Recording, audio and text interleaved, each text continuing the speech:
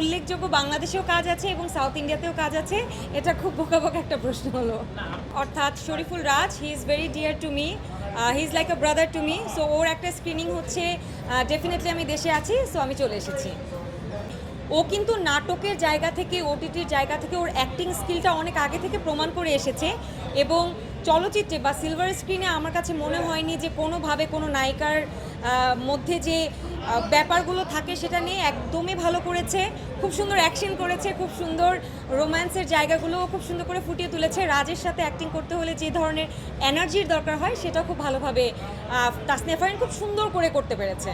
ও মাই god, এটা তো reveal করা যাবে না। এখানে আমাদের একদম ক্লাইম্যাক্সে কিছু মানুষ চলে আসছে যারা আসলে এত সুন্দর গেট আপে এসেছে, যেটা আমি এখন রিভিল না করি। আপনারা চলচ্চিত্রটা দেখেন। আমি বলবো যে সবার লুকসই খুবই সুন্দর ছিল। তাসনিয়া ফারিনের লুক সুন্দর ছিল, রাজ তো অ্যাজ ইউজুয়াল খুবই সুন্দর গেট আপে ছিল। তারপরে আমাদের মোশাররফ করিম ভাইয়া খুব সুন্দর একটা ডিফারেন্ট লুকসে ছিল এবং আমাদের ক্লাইম্যাক্সে আমাদের যে মেইন মাসালা এলিমেন্ট আছে তারাও খুব ভালো করেছে। মিশা ভাইয়া খুব ভালো করেছেন। সো সবার গেট আপ লুকস খুবই ভালো ছিল। অনেকটাই তো এগিয়ে আছে। আজকে যদি সেই দৌড়ে ইনসাফ এগিয়ে না থাকতো তাহলে তো আসলে আমরা এতটা সুন্দর করে স্পেশাল স্ক্রিনিং হতো না বা আসতাম না। আমি তাণ্ডব দেখেছি, আমি উৎসব দেখেছি, আমি ইনসাফ দেখে ফেলেছি, তারপরও আজকে স্ক্রিনিংয়ে এসেছি। আমি শুধু একটা চলচ্চিত্র এখনও দেখা বাকি আছে, সেটা হচ্ছে এশা মার্ডার, বাঁধনাপুর। আমি আশা করব খুব তাড়াতাড়ি মেয়েটাও দেখে ফেলবো। আমি নীলচক্রও দেখে ফেলেছি। আমি একজন অভিনেত্রী, চাইলে সামনে আপনারা আমার খুব ভালো কাজ দেখতে পারবেন এবং আমার উল্লেখযোগ্য বাংলাদেশেও কাজ আছে এবং সাউথ ইন্ডিয়াতেও কাজ আছে। এটা খুব বোকা একটা প্রশ্ন হলো। জি, সেটা তো অনেক আগের কথা। আমার মনে হয় তার চেয়ে বেশি আরও অনেক চলচ্চিত্র আছে যেটা আমি করেছি। 2022-এ আমার ইমপ্রেস টেলিফিল্ম প্রযোজিত সাইফুল ইসলাম মান্নু পরিচালিত চলচ্চিত্র পায়ের ছাপ রিলিজ হয়েছে, যেটা 3টা ন্যাশনাল অ্যাওয়ার্ড পেয়েছে। আমার গানটিও ন্যাশনাল অ্যাওয়ার্ড পেয়েছে। আপনি সেই জায়গাটা জানেন না, অর্থাৎ আপনি আমার ব্যাপারে ইনফরমেশনটায় অনেক পিছিয়ে আছে।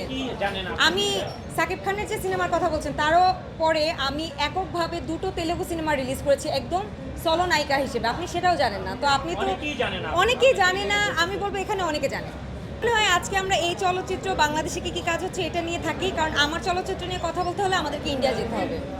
বাংলাদেশি চলচ্চিত্রতে কাজ করেছি যেটা ইমপ্রেস টেলিফিল্মের ছিল এবং আমার মনে হয় আমার চলচ্চিত্র নিয়ে এই মুহূর্তে কথা না বলাটাই ভালো।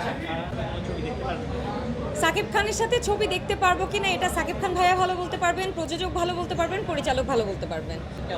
হ্যাঁ, অবশ্যই ভালো। উনি মেগা স্টার, মানে ওনাকে নায়ক হিসেবে কেমন লাগে এই প্রশ্নটা এটাও হাস্যকর। উনি একজন মেগা স্টার। উনি হচ্ছেন এমন একজন স্টার যার সাথে কাজ করার জন্য শুধু বাংলাদেশ না, বাংলাদেশের বাইরে সবাই একটা আশা থাকে। তো উনি কেমন এটা তো বলাই যাবে না। He is like beyond the fame. তো উনি হচ্ছেন মেগা স্টার, ওনাকে নিয়ে আর কিছু বলার নেই। অনেকে যারা আসলে রেমুনারেশন ছাড়া কাজ করতে চায়, এটা শুধু সাকিব খান না, অনেক চলচ্চিত্র আছে যেখানে আর্টিস্টরা একদমই বিনা পারিশ্রমিকে কাজ করেছেন। এটা তাদের পার্সোনাল চয়েস। তো আপনি যদি আমাকে জিজ্ঞেস করেন সেক্ষেত্রে আমাকে আগে দেখতে হবে স্ক্রিপ্ট কি, সাকিব ভাইয়ের সাথে বসতে হবে, কাজের ব্যাপারে বসতে হবে। এবং আমার কাছে মনে হয় না বিনা পারিশ্রমিকে কাজ করা খুব বড় একটা বিষয়। আমার মনে হয় একজন আর্টিস্টের যথাযথ পারিশ্রমিক পাওয়া উচিত।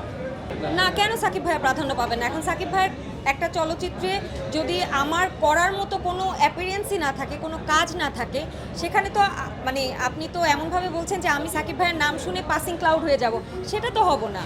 আমি অবশ্যই গল্প দেখব, দেখে যদি মনে হয় যে এখানে এতটুকু আমি কাজ করতে পারবো, আমি করব, কেন করব না? এটা হচ্ছে আপনার ধরেন কাউকে ভালো লাগছে না বা আপনি এক্সপেক্ট করছেন যে আপনার পছন্দের নায়িকা কেন ওখানে থাকলো না, সেই জন্য মানুষ নানা ধরনের কথা বলে। আমি বলবো আসলে শোনা কথায় কান না দিয়ে আপনারা চলচ্চিত্রটা দেখেন। সেই মেয়েটা অনেক কষ্ট করেছে, অনেক সুন্দর করে কাজ করেছে এবং তাকে দেখতে অসম্ভব ভালো লেগেছে। একজন ডিরেক্টরের নায়িকা সিলেক্টের ক্ষেত্রে তার গল্পের সাথে, তার চরিত্রের সাথে সেই ক্যারেক্টারটা নেভানোর মতো সেই আর্টিস্টটার ক্যাপাবিলিটি আছে কিনা সেটা দেখা উচিত।